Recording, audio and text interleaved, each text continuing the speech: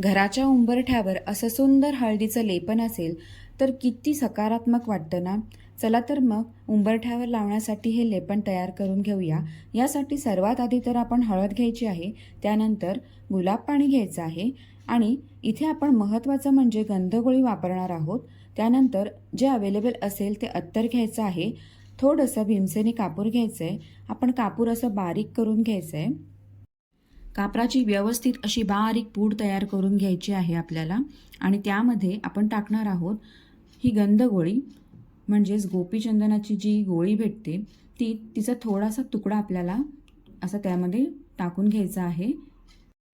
आता यामध्ये आपण गुलाब पाणी टाकून घेऊ आणि व्यवस्थित मिक्स करून घेऊ. उंबरठ्यावर हळदीचं लेपन करताना जर ही गंधगोळीची ट्रिक वापरली ना तर उंबरठ्यावरचं लेपन अजिबात हलणार नाही.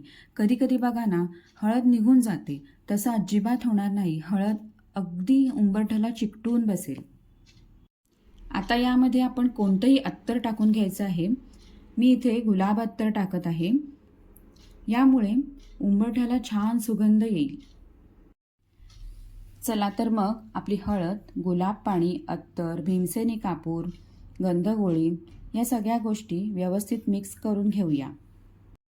गुलाब पाण्याच्या ऐवजी आपण गोमूत्र, गंगाजल किंवा साधं पाणीही वापरू शकतो.